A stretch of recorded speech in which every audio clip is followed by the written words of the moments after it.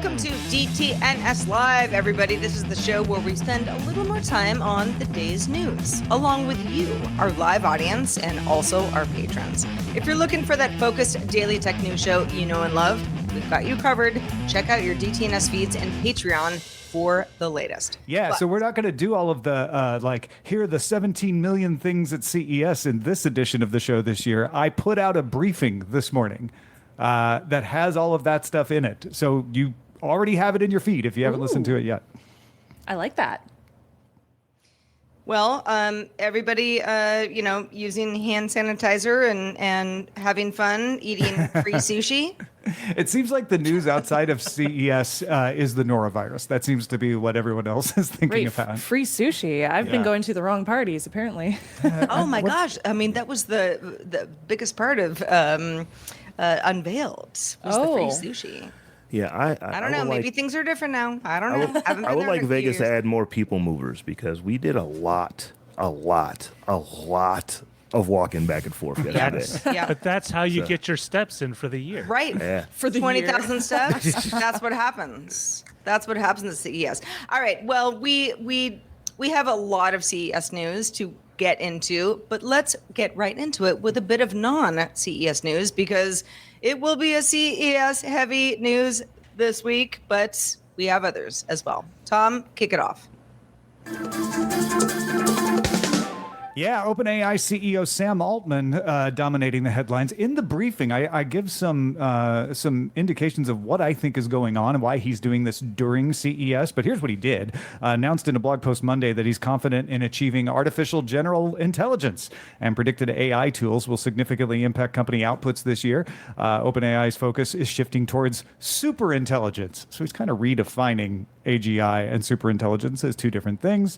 Superintelligent, which would be tools that surpass human intelligence to accelerate scientific discovery and prosperity. Altman also says OpenAI is currently losing money on its $200 a month ChatGPT Pro subscriptions because, quote, people use it much more than we expected. I personally chose the price and thought we would make some money, said Altman. OpenAI plans to transition to a for-profit model. They have a capped profit model, so this would be an uncapped for-profit model, keeping the mission that AGI benefit humanity. Microsoft appears to be using a new tactic for Bing users by mimicking Google's interface when users search for Google without signing into a Microsoft account while using Bing. So when that happens, Microsoft serves up a page featuring a Google-like search bar, doodle-style image, and, overall Google-style UI, although it's actually Bing. Some people say, what are you doing there? And we don't know yet. Disney and Fubo have formed a joint venture to combine Hulu plus live TV with Fubo's operations, creating a pay TV service with 6.2 million North American subscribers. Disney will own 70% of the venture and Fubo will hold 30%, but both brands will continue to operate separately. The deal includes a new Fubo sports service featuring Disney's networks like ABC, ESPN, ESPN Plus, along with a new carriage agreement for these channels. Hulu's on-demand service is not part of the agreement. That's one way to end a lawsuit. Just buy the company that's suing. Pretty much. Yeah. Pretty I much. mean, they're creating a joint venture with the company that's suing them. But yeah. In CES news, Intel unveiled its Core Ultra 200H and 200HX AI chips targeting thin and light notebooks and gaming laptops. The top-tier Core Ultra 9 285H features 16 cores and 5.4 gigahertz speeds, while the Core Ultra 9 285HX offers 24 cores and 5.5 gigahertz for the high-performance workloads designed to pair with discrete GPUs. So these have 4 GPU cores on them, but they're meant to be used with an NVIDIA or AMD GPU. Systems featuring these chips are expected within the next few months, along with desktops powered by the Core Ultra 200S series. A new AR entry from Halliday Glasses features near-eye DigiWindow display in a 3.5-inch virtual screen in the upper right field of view, designed to still be visible in bright sunlight and supports prescription lenses. Proactive assistance such as meeting summaries, real-time translation in 40 languages, navigation, and discrete message replies are all touted as features. The Halliday Glasses run anywhere between $399 and $499, connect by Bluetooth, and are expected to ship by the end of Q1 this year. We are going to have lots of CES stuff to talk about for the rest of the week. But Shannon, I know you're on the ground. You've been looking at a lot of stuff. So what has jumped out to you at this point? As we're only on January 6th, one day into the show. How many can I get to? How much time do I have? I'll give you my top 5 that I've seen so far that I am allowed to talk about today. Gotcha. There are a few items that are still under embargo that I have seen, so I'll chat about those later this week. But first, I saw a couple of new TCL items.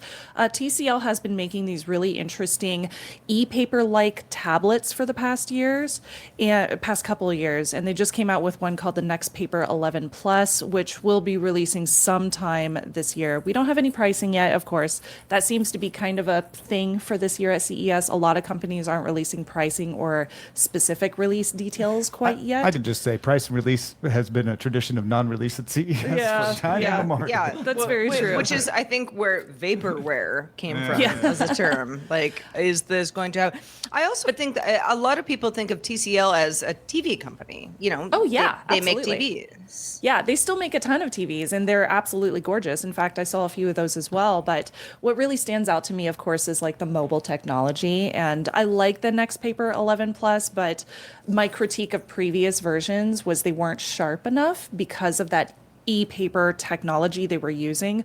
But this year they're using something upgraded. Next Paper 4.0 screen is what they're calling it, but it's using this nano matrix lithography, which is supposed to increase the sharpness and the color accuracy of these screens. So whenever you're using these tablets, you can actually see a lot better and read a lot better, which is kind of the whole point of using something that's e-paper-like. So when you switch it from the color tablet-y screen, which looks totally normal for an Android screen, you switch it over to an e-paper black and white type of paper-like detail, and you lose all the colors, but it makes it very easy to read everything on the screen. And that's all just built in. It's not like moving parts. It's built in. Yeah, it's totally built in. Yeah. So really interesting to see this one in person, and it does look sharper in person too. So I can't wait to review it. I'm excited. I also got to check out TCL's new projector. This is called the Play Cube. This thing kind of, have y'all seen Interstellar? Of course you have. Of course. You remember the big robot? Oh, yeah. I forget his name, but the big robot. So this thing looks like the big robot, except it fits in your hand. And it only has one leg. That's small. So the one that they showed us comes in green. I don't know if they'll have additional colors, and of course no pricing on this one either. They also did not tell us about like specific resolution details or anything like that, but they did tell me that the battery on this portable projector should last around 4 hours or so, which is really cool because that'll get you through at least one movie. One Interstellar. One Interstellar, yes, exactly. Or like 3 Sailor Moon movies. So that's great for me. So it's really cute. I love that they have a speaker built into it if you want to just use it as a portable projector for like camping, for example. So a very cute little item. Another item that I liked just personally, I've been a big fan of Stern Pinball, and I got to see them at CES Unveiled last night. Stern Pinball is really popular because they have these connected pinball machines. So you can connect them to an app, you can sign up with an online account, and you can track your stats and compete with other people online. So you don't necessarily have to all show up and use the same machine to be able to compete with each other. And it's a really fun way to gamify and connect something that's very classic and retro. Their booth is not far away from us here, and all the workers were playing with it while they were setting up. And as I walked up, they all looked guiltily at me, and they're like, "Oh no, he doesn't work here. Fine." So the idea is that you're still doing the, the analog, pinball game, but classic pinball. You can connect with folks rather than someone, sitting on the other side, exactly, flanking you, watching you play the game. Yeah, you download an app, you scan it on the pinball machine, and then you start your gameplay, and it tracks your stats for you. It's so cool. And the newest one is their Dungeons and Dragons Stern Pinball machine release. So it's a collaborative one with D&D, and this one also features voiceover talent from like Michael Dorn from Star Trek, who did Worf.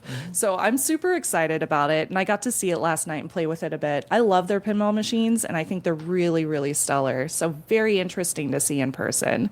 I have just a couple of other items I wanted to mention too.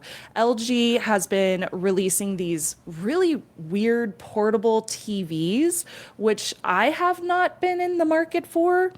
But they just came out with a second version, which is an upgrade from the original, of course. This one has a little bit upgraded resolution, 1440p, and it is a portable television. So it's a smaller TV. You can pick it up and take it with you on the go. They actually figured out that travel influencers like to take this with them. So they stick it in a suitcase and carry it with them. So they sold a suitcase accessory for the thing too. For campers. So for let me glampers, I should say. let me ask a stupid question. How would this be like better than just having a laptop with a screen? So this is used as a television. So this instead would replace like a projector. That's where you would make that comparison. So you would probably want to still take your laptop. In fact, you could probably plug in your laptop into it and use it as an extended monitor as well. But this is really interesting because it also has a battery built in, so you don't have to plug it in. So you can mount it anywhere. You can hang it on a wall. You can set it up with a little tripod behind it. And you can use it with 4 hours of battery life as well. And it's got Wi-Fi. And it has Wi-Fi. Right? Yeah. So you can use it for streaming. You can watch any of your content on it. And yeah, I'm guessing, I did not ask them, but I'm guessing that you could plug in a computer to it and use it as a extra monitor. Yeah, or some people want to be on their computer doing something while they have something on the TV. Yeah. And I'm thinking of a camping situation. Maybe Definitely that's, camping situation, You're yeah. working on something like. Yes. I know it sounds crazy, but Let's there's camp. I there's need a all these laptop and an external monitor. There's all these You know YouTube what? videos of people Glamping who is do that. connectivity. Yeah. So the last one on my current what I've seen in person list and things that I'm expecting to come out in 2025 is this thing called the Circular Ring 2. Now, Circular did come out with a previous one, and everybody found that it was not very accurate. So I did not even reach out to review it. But ironically, yesterday I had a bout of palpitations. So I was tracking it on my Samsung Ring. And it turns out the Samsung Ring is not very good at tracking really fast palpitations. There were a lot of errors. So that's going in my review. But the Circular Ring 2 has just added the FDA cleared EKGs. So you can actually use this as FDA approved data that you can send back to your doctor, for example. So I was very interested to see if this new ring is going to be more accurate than what we currently have. Also, one of the perks of this is it's $380 up front, but there's no subscription fee, which I love. Like Ura, you have to do the subscription and buy the Exactly. ring, right? Yeah. So if it is truly indeed more accurate, if the battery is good, and if the sizing fits really well and it's comfortable, this could be a really good contender. Rob, you were looking at a ring unveiled yesterday. Do you remember which one it was? I cannot remember the name. Yeah. I can't remember the name. I feel of like it. there were two there. Yeah, there were two. And Yeah. he was looking at the other one. Cannot remember the name. Yeah. But that says it all. Yeah, it was. Well, I think It's authority. it says a lot about an increasingly crowded space of smart rings. It Yeah. does. Right. Yeah. It was there's the Ura ring that used to be sort of like, oh, if you don't want to wear a watch, that's what you do. And now a lot of other companies are like, we're also getting into the space because more and more people realize I might not want to wear a watch, or maybe I want to wear a watch and also a ring. Yeah, very true. So I'm interested to see if when these come out, if the reviews, once I get to my reviews, if they're positive reviews. I really hope that they are, because I'm very positive about all of these. I'm very optimistic, but we shall see once they come out. So I'm really excited to see what else I get to experience this week at CES. But so far, so good. I'm glad you brought an LG TV that isn't about AI. Yes. There's been a lot of discussion about AI, but I've kind of been a little bit there's too much overstimulation with AI currently, so I'm just Well, not, and I'm not I can only interested. imagine at CES this year the, sort of like AI enabled. Yes. Is like, like, what does that mean? Yeah.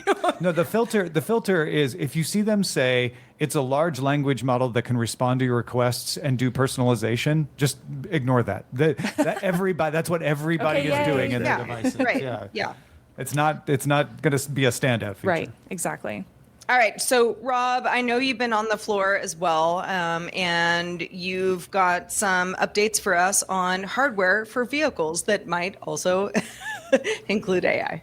So one of the things I saw yesterday that really stuck out to me, if I describe it, it's kind of like a hotspot on steroids. But I had the pleasure of speaking with Damien Garreau, CEO and founder of Stellar. And Stellar makes hardware for vehicles, and as I said, they're hotspots, but they're a little different than your average hotspot because Stellar's hardware works in 18 countries, supports over 420 different carriers, and 18 satellite networks. And a really, really cool thing that grabbed my attention was that it multiplexes all of it. So when you think of your hotspot, you have a Verizon one, or you have an AT&T one, or you have a T-Mobile one. This is not that. This is Verizon and T-Mobile and AT&T and 417 other companies that do the exact same thing. Yeah. And then there's 18 satellite companies that it works with. So if you're thinking that you're going to just go slap this in, you're right. It's probably not for regular cars.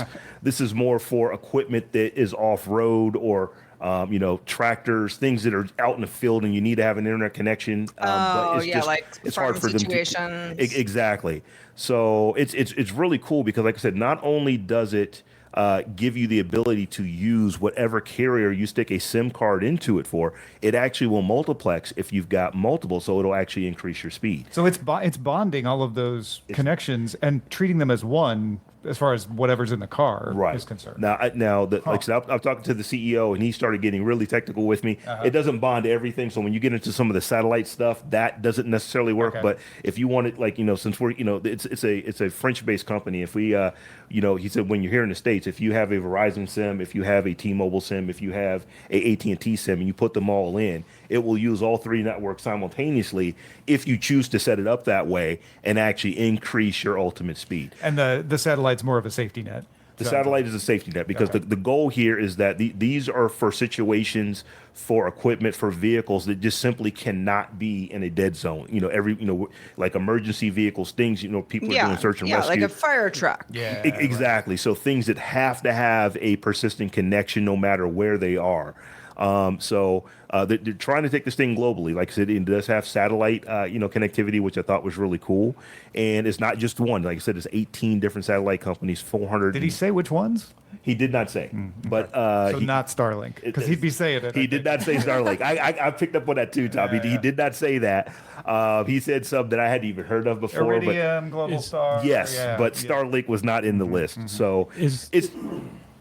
Go ahead. Oh, no, I was going to ask you, is the hardware portable, or do you need to have an authorized person to install it in your car? Like, is it like a briefcase and you can just drop it in? So I saw 3 different models, and they all are relatively small, but this isn't something that's just going to sit on your seat. This is going to be installed somewhere. It needs a fair amount of power. So it could be a do it yourself if you have some acumen as far as hooking up. Like if you could put speakers in, I would imagine that you could install this yourself. But it doesn't look like you don't just plug it into your lighter.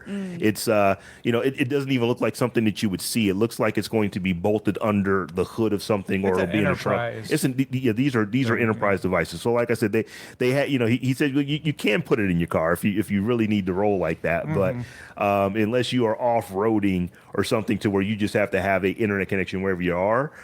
This could be a little bit expensive for what the average person would use. But like I said, if you're in a situation, if you've got a big turbine, combine or whatever that's out in the middle of nowhere and it needs to pull some updates down, this thing will do it for you, regardless of who your carrier is. It works with almost all of them. And they have different pricing for different regions. You have to email them to get those pricing. Mm-hmm. Yeah, so if you have to ask, you probably can afford it. He told me, now I'm thinking he probably gave me, because he said dollars. So it's about $2 per gigabyte. That's here. actually not too bad. It's not, Yeah, I it's not too actually bad. said that's actually not bad Right. for a commercial For device. emergency stuff. Right. I mean, Yeah, for enterprise if level you're stuff. just Yeah, doing yeah. it all day, it's going to add up. I thought it was Yeah. going to be. Don't even stream more. Netflix over the thing. Yeah, don't do that.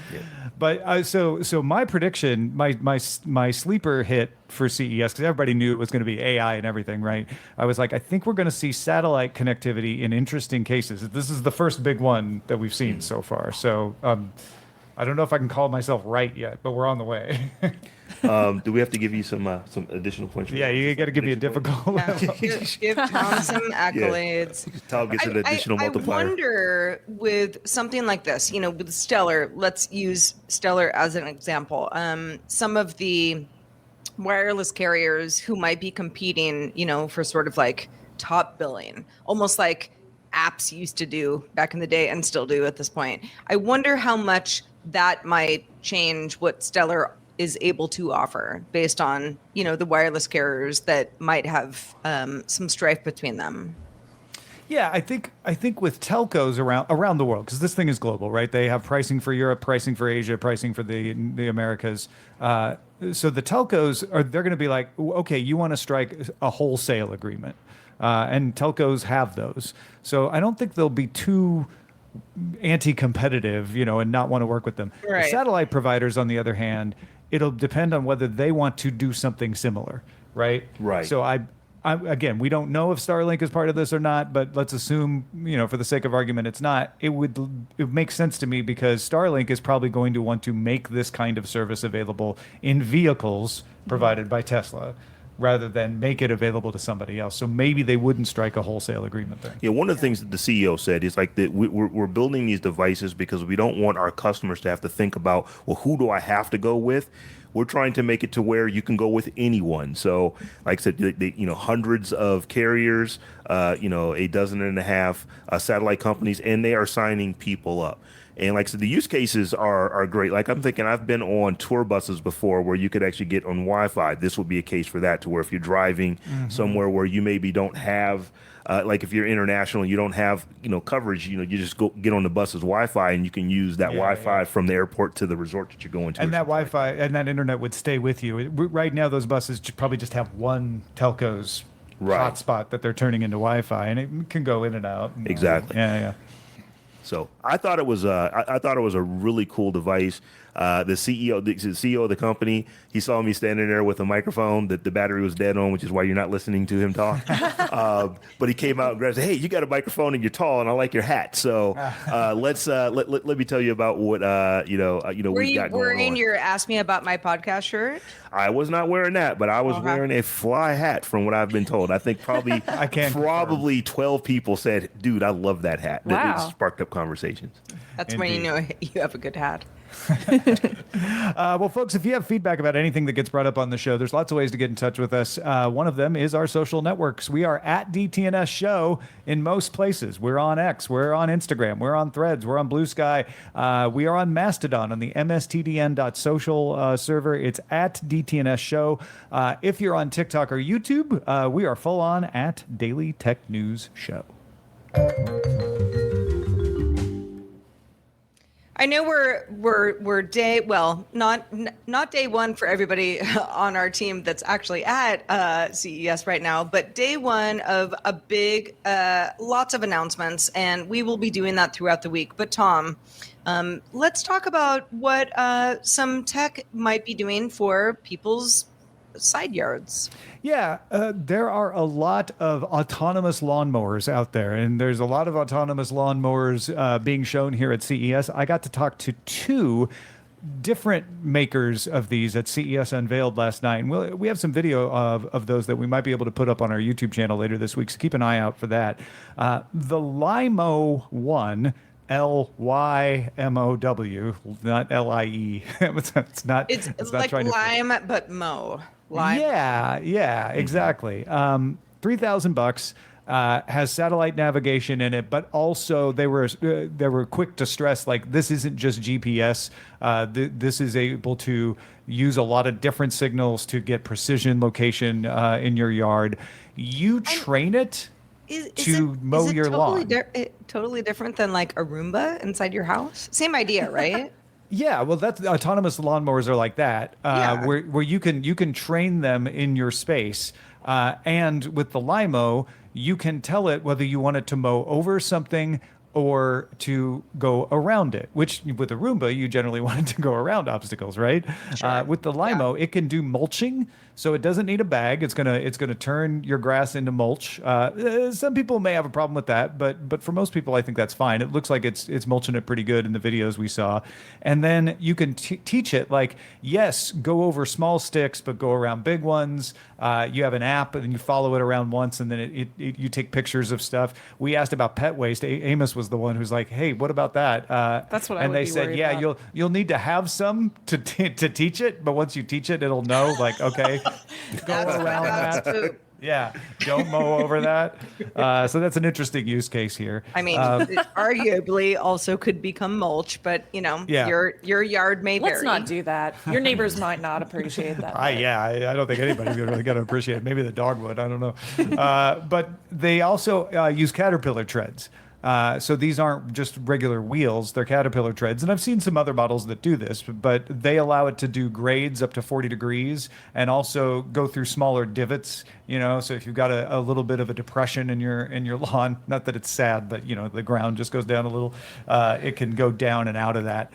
It's got a floating deck too, so it's not going to get caught on stuff.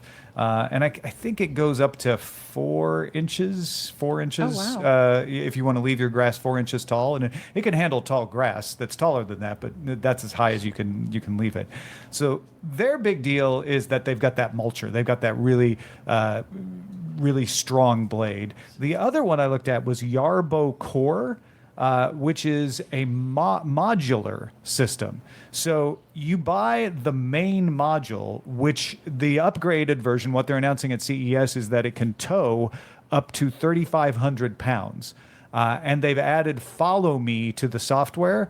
So the case that got me, because I just did this on my own with a wheelbarrow and a shovel, was if you're spreading mulch around or wood chips or something, you can just have it follow you and always be where you need it to be to like shovel out those wood chips, rather than having to like move the wheelbarrow along and put it in the right place. It'll always be there. And then you can add a mower to that. The top pops off on the front. You can buy a module. These are big modules. They're heavy modules, but you can put it on the front of that, and then it works like an autonomous mower. Use GPS positioning and all of that.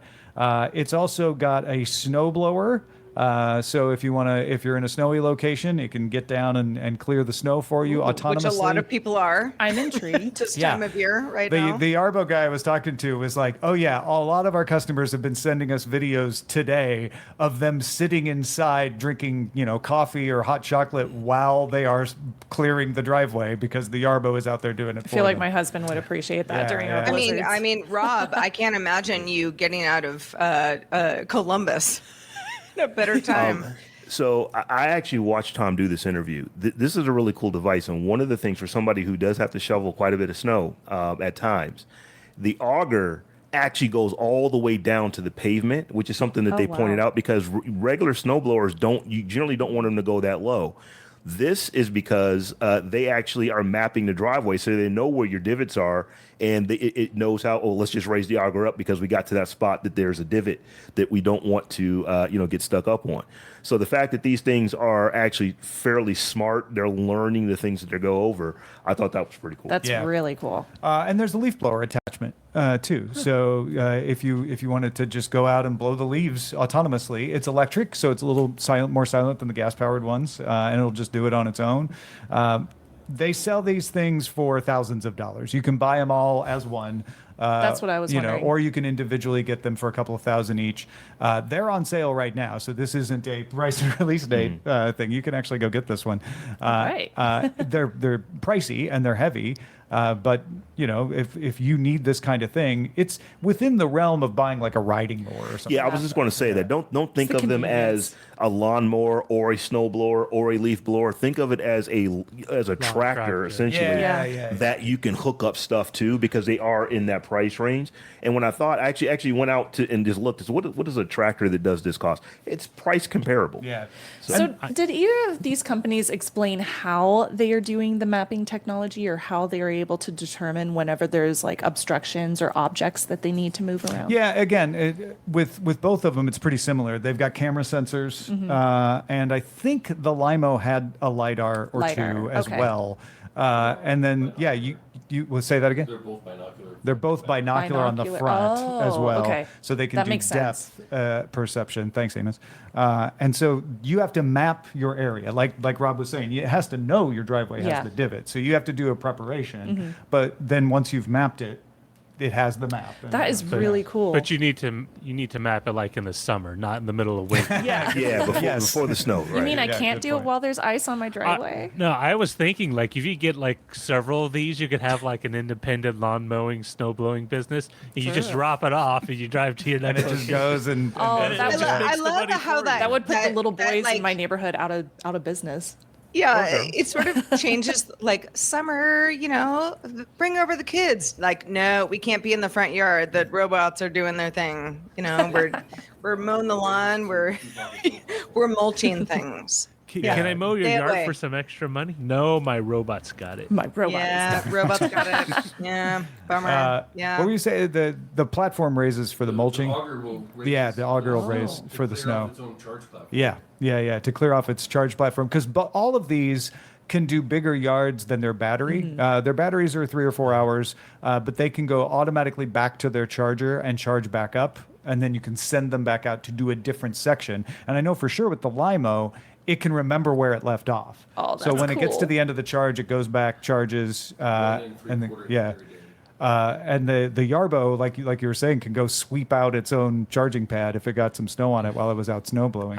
I make a wild prediction in the future. They'll have a model with removable batteries, and they'll sell a separate robot. It's- That goes So this one did have it actually does have removable already batteries, and they're has heavy. removable batteries, Those things yeah. are like these things at 24 to 30 pounds. Depending on which one you get. Well, because the wow. other thing Yeah, you can use those the are main heavy. module for is security. You can just put it in patrol mode. And so my immediate question is like, how much does this thing weigh? Because, somebody could just pick it up and run off with it. But they're pretty heavy. So not that it would be impossible. And it's geofence with an alarm system. Yeah, it's geofence with an alarm system, and it can play a notification if someone comes into your yard. It can be this robot that runs over and is I like, should do that because we're somebody keeps taping on letting you, his get out dog of the pee in yard. my Oh, front should yard. leave the lawnmower attachment Taping on, you. and it can run You've over aged the. yourself, Tom. I don't think it can be in patrol mode. Get out if of my it lawn. has the lawnmower Like it can't attachment chase on. after Yeah. you like some psychotic homicidal. I'm lawnmower. taping you. People are like, what tape? What Yeah. kind of tape? Yeah, well, I'll do this. okay. So we do have some more things to talk about that were announced at CES this week. We talked very earlier in the show about some new Intel chips. But Roger, let's talk more about what was going on in the CPU GPU section of these morning's announcements. So Intel's now current co-CEO Michelle Johnston Holthus was speaking at a keynote for their event, and the topic of whether or not Intel GPU would maintain its investment and commitment to producing discrete GPUs, basically separate GPU cards. And she said they would. The company would maintain its commitment to it. And this is really big news because the prior CEO, Pat Gelsinger, made mention during an earnings call that the future was in large integrated graphic capabilities, basically integrated into the CPU, and saw less of a need for discrete GPUs. And everyone took that meaning, well, Intel's going to pull out of the market, so it's back to AMD and NVIDIA. But with this news, it looks like there will be a third player, and it's good because Intel's latest B580 Battle Mage GPU not only did well with the reviewers, but it's been selling out. And for $250, they might have a position because NVIDIA is definitely not going cheaper with their new GPUs. That there is definitely a demand in the lower end of the market for affordable graphics. But onto Intel's primary rival, AMD. They had a big news day today.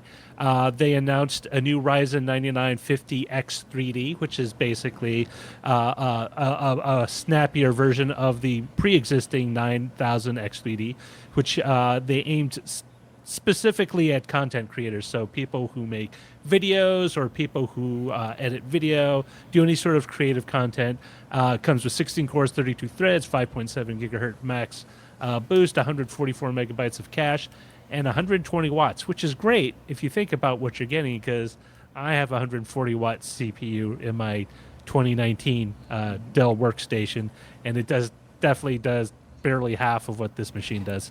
In terms of performance. I'm surprised that they aimed it at content creators. I mean, yes, content creators have to create content, but I feel like you could do a lot of stuff with these sorts of specs. I think you could do a lot. And I think part of it is they are going after... So much of the market has been sort of just commoditized, where I can just buy anything and it's going to work, that you really want to focus on those niche use scenarios, especially people like us who use a variety of software, whether it's Audition or Final Cut Pro or Premiere or whatever, where we need it as part of our core content generation. And yeah, you could use anything, but they would rather you use their Ryzen 9950X3D. Yeah, future-proofing part of this as well. Speeding up your edits and all of that. Oh, absolutely. Yeah. And to bring it home on that aspect, they also announced the HX30, which is the fire range, which brings that same technology to a mobile platform. So if you're on a laptop, like most people are, you can do that there. Now, what the big news a lot of people are waiting for was the GPU. They did announce the Radeon RX 9070 XT and the RX 9070 graphics cards. Now, what's interesting is AMD is really not focusing on the high end. I think they've sort of just let NVIDIA take that space, and rather they're focusing solely in the mid-tier. So your 4060s, your 4070s, 4070 Ti's. And the importance is because that's like 85% of the market, right? That's where you sell the most. Yeah, you could sell the super, $1,500, $2,000 GPU, but not a lot of buyers. But people who are willing to spend $400 or $500 for a GPU, that's who they're going after. They were light on details that people wanted, but they will announce more information about the FSR4, which is their AI-based upscaling technology, which allows you to get more frames per second without necessarily more GPU grunt. And what they did announce seemed to make people feel a lot better about this as a competitor to NVIDIA. Because everyone is concerned because NVIDIA is announcing their 5000 series, and oh wow, it's going to be eye-watering expensive. I guarantee. Yeah, AMD's coming in at the cheaper end. That's smart. Yeah. Very smart, because Intel, I think, understands that. Like, there's an opening, let's take it. Speaking of openings, they also announced the Ryzen Z2 series of processors. This is not a sequel, but this is an update to the Z1 processor that made such a big splash with the handheld gaming PCs. They announced the Z2 Extreme, which features 8 cores, 16 threads. The standard Z2 also features the same number of cores and threads. And of course, the Z2 Go, a cheaper, smaller unit at 4 cores, 8 threads. This is good news because it means that people who want a Steam-like machine, but not necessarily something from Valve or a competitor, they will have options, because AMD seems to be very invested in this category, because frankly, they're the only ones, which is great for them, and maybe light a fire under Intel's rump to do something. But, making parts so that more people can make very popular handheld gaming PCs, fine. But what about AI, Roger? Did they put AI in anything? I mean, that's the one thing people haven't gotten enough of. Don't be insane. AI, I mean, it's ridiculous. No one's talking about AI at this CES except for everyone and AMD. They were very giddy. I say giddy. This was the headline getter. This is the headline. They announced a bunch of Copilot-ready AI PC processors.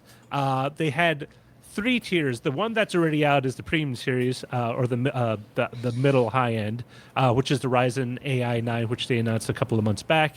But what they announced at this show, the the masterpiece or the top tier is their Halo series Ryzen AI Max Plus, AI Max, and then 390, and then the AI Max 385. All of these 3 Max chips are designed to not only compete in a high CPU performance sense, but also in the AI sense. The AI Max Plus 395 features at least 50 NP tops. Teraflops. Yep. Tops for NPU crunching, and this is something they really stressed. And what's cool is they didn't skimp on anything else, right? Granted, it uses RDNA 3.5 for the integrated GPU, but it comes with 40 compute units, so maybe not be the top tier, but it's really decent. It's a 45 to 120 watt chip, which is pretty light, which means that AMD's goal of producing high performance CPUs that don't necessarily require you to be constantly plugged into a wall socket is paying off. They also had the mid-tier AI Max 390, featured fewer number of cores at 12 cores, 24 threads, 5 gigahertz, 76 megabytes of cache, fewer GPU compute units at 32, but still better than the Qualcomm the Qualcomm and the Lunar Lake offerings in terms of tops performance for NPU. Since we brought up Lunar Lake, worth pointing out that the new Intel CPUs that were announced are not Copilot Plus because they're Arrow Lake. They're not Lunar Lake, so they don't have the power, and these do.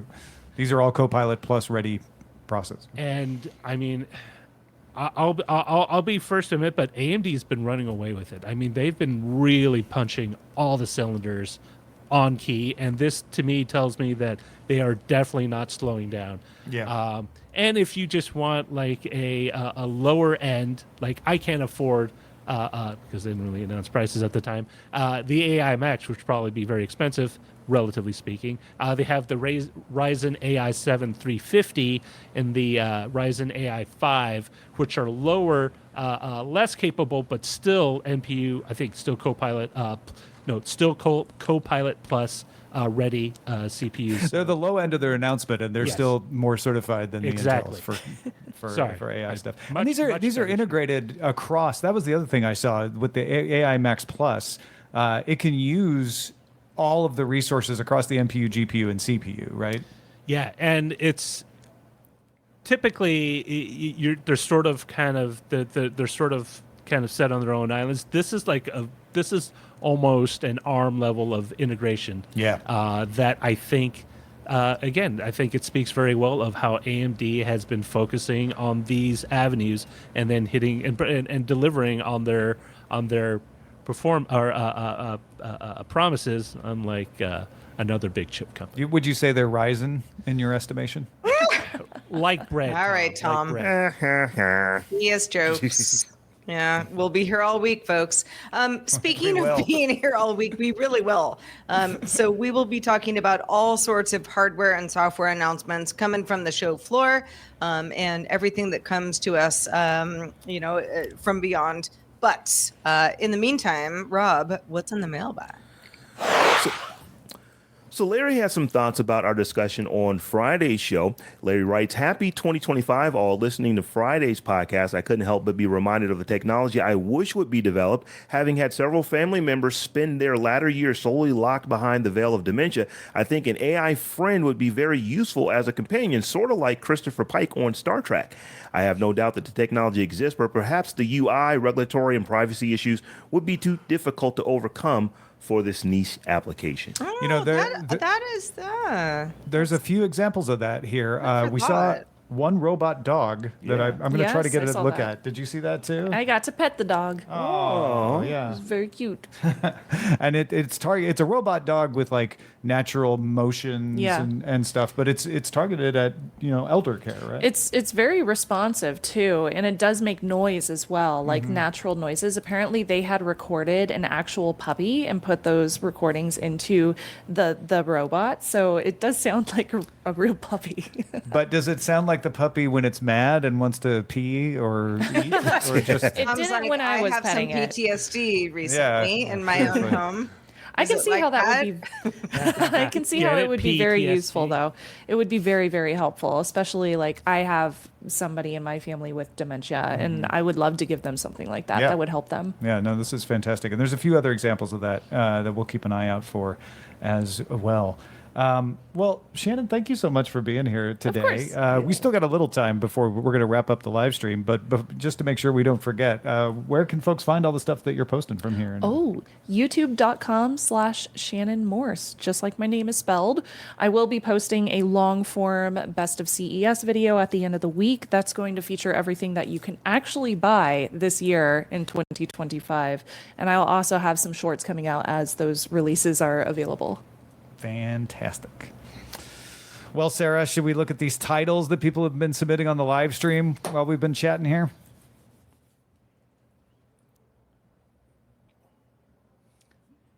If you go to showbot.tv, did we lose Sarah? I think we lost Sarah.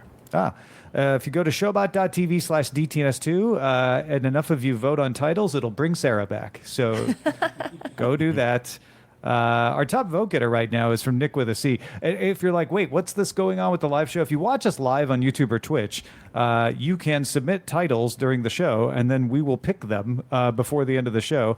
Top vote getter right now is from Nick with a C. CES 2025 Day 1, TVs, rings, and pinball. Oh, it's very straight to the point. You know, somebody mentioned in chat, and I meant to come back to it, is that that Dungeons and Dragons pinball is very similar to Ron Richards' startup Scribbit, which can Scorbit. Sorry, thank you, which can do it for all kinds of pinball machines. Oh, that is epic. Yeah. I like just, that. Just walking through the hall, there are pinball machines everywhere. It's like Yeah. this is a pinball convention. Pinball is making a renaissance. Yeah. I It mean, is. I will say props to Stern, because after Williams and a bunch of others folded, they were the only remaining company, and they were still making new tables. They weren't just churning out like, hey, this is this is the old Williams style pinball. They come out with new ones. They had Tron, a couple of CSs back. So no, props to it. Well, enough of you have voted, and it restored Sarah's connection. It did. I know. I'm not Good even job, at everybody. CES, and somehow I dipped out, but I'm back. I'm back. Roger, did we pick a show title in my absence? I did like Nick with the C's title, but I had to go with Sir ATW's "You Bots Get On My Lawn." Okay, I like that. That is a good play on words. I like Yeah. that. I like Yeah. that. All right. ATW came strong with it. Yeah, good That's work. where we're going with Sir ATW. But thank you to everybody who submits stories and votes on those titles as well.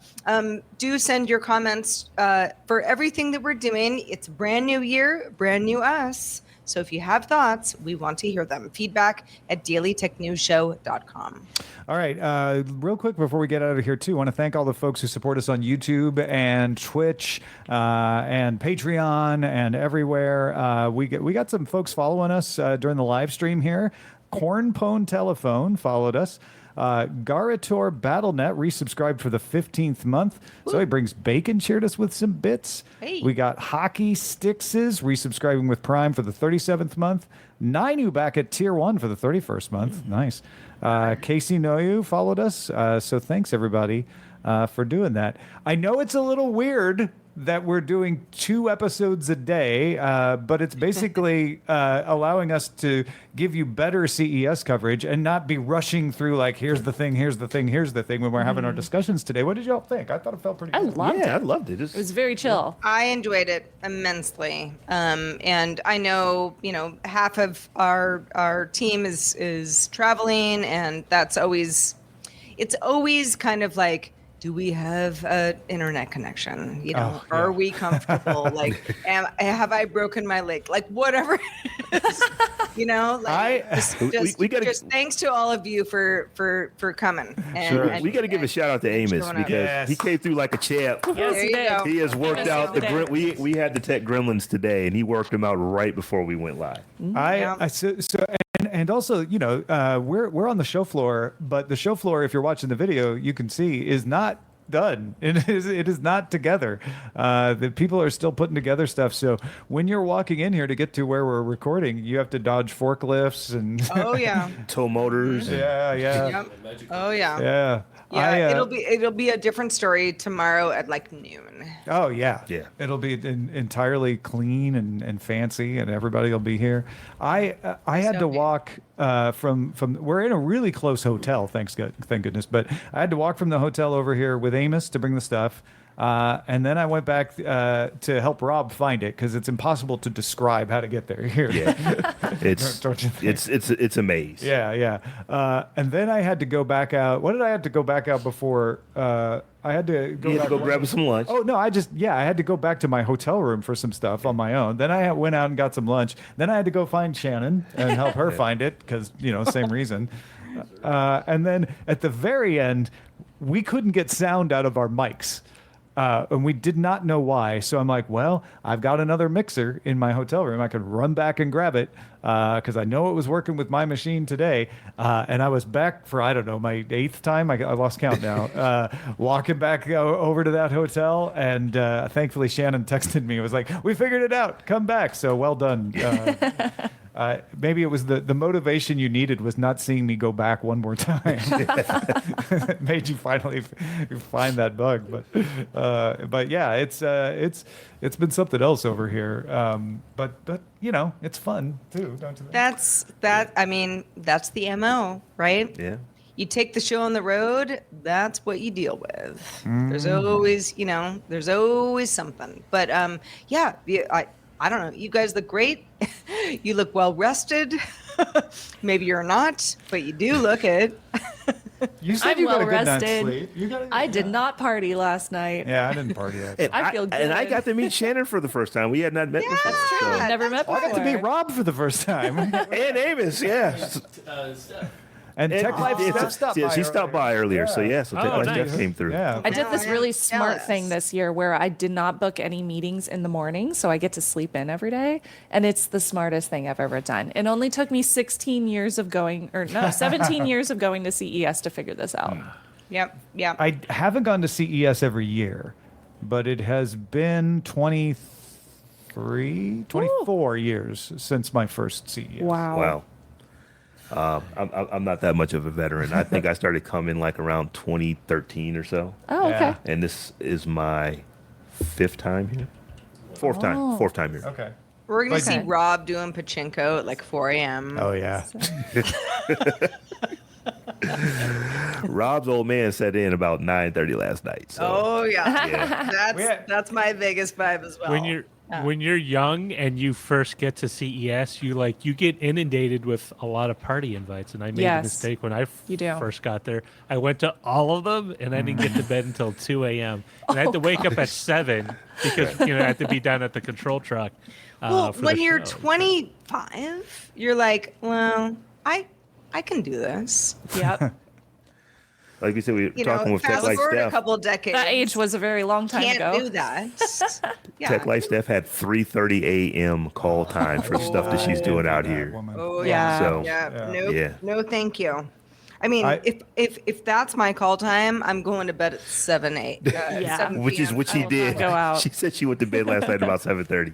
Yeah. I will not out who this person was, but one person that I know who's also been going to CES for a long time told me, you know what? I got that party invite that we always get from that one company and that I'm always trying to get every year. And I finally turned it down. I think I'm an adult. Wow. Yeah. That's when you know you've grown up. Yeah. Where you're like, I kind of want jammies and a pillow.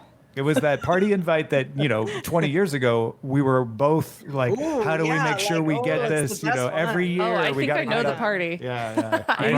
I used to try to get into that one too. It's weird because at some stage, it's like, room service actually sounds really good. Best. I know. I probably tell this story every I'm year. like, at this point, I get a robot to deliver me room service. What's not to like? The best This is the CES I ever perfect had, I lost my voice, and so they sent me home. They said, you have to go rest. And I just ordered steak from room service for like 2-3 days in a row. It was the best thing ever. Must be nice. Yeah. 3 days of steak? Well, CNET was paying, so. Oh, see, that's the great thing, the per diem. You got to go high tier. Yeah, I wasn't using my per diem for anything else. So Oh, that's funny. that's what I did with I it. will say that what's the weirdest thing you ever bought, like food wise, to eat in Vegas? The weirdest thing for me was when we stayed at the Marriott Residence Inn, and they would do grocery shopping for you, and I just that's made a right. random list of groceries. And Oh, I did that across from the. yeah, across from the convention center. Yeah. No, I stayed there 1 year. I did the same thing. Well, it was Postmates at the time. I was just really?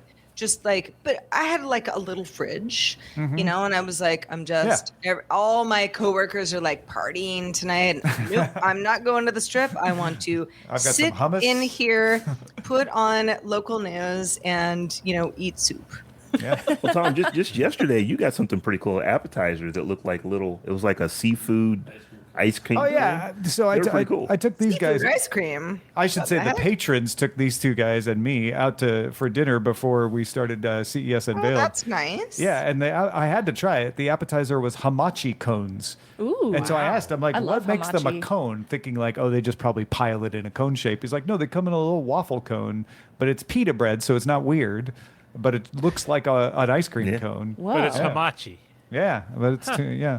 That's I mean, pretty cool. hamachi hand Fish. rolls Yeah, it's exist. kind of the same idea, so right? same idea. Yeah. But it's yeah. like making a hamachi turnover. What did right? you think, Like, Rob? it's- Did you like it? It's seafood, so I didn't have any of it, but that's right. but they Not look a cool seafood because guy. they look like tiny ice cream cones. I mean, they really do. They look like ice cream cones. That's They bring them Vegas out for to you like in a little. I wanna go a there. little beaker holder, and It was Mandalay Bay, right where CES Unveiled was. So it was the Oh. Libertine Gastropub. Ooh, okay, I'll put that on my short The list. Libertine. Fancy. Yeah. Oh yes, libertines. We felt like such libertines eating our hamachi. Hamachi It's waffle so fun. cones. Yeah. Yum, And yum, then yum. Rob and No, I would've ordered a done that. cheeseburger. So Oh no, no. Have you done that? Ever just run out to the In and Out? Well, that's what Amos did on his way in. So he wasn't as hungry when we went to eat dinner because his first priority was to grab In-N-Out because he's in Alaska and he can't It's get. like so many options. Roger's like, what about In and Out? No, like for some reason, it's every In and Out's like this, but it's always a Wow. line and it's always busy. Yeah, it's so busy.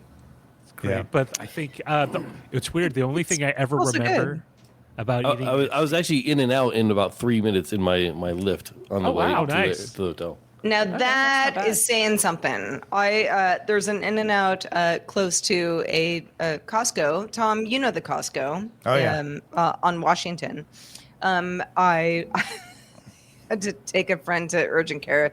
Very long story, but I was like, maybe I'll like pop into Costco, and there's an In and Out like right next to that Costco. That line was like 30 cars deep. Not even Oh, kidding. wow. Always. Where I'm like, I mean, it's Sunday at noon, so like this is my fault, but whoa, people like- love In and Out. You know when you're in a long line for something and you have to leave a break for people to cross through.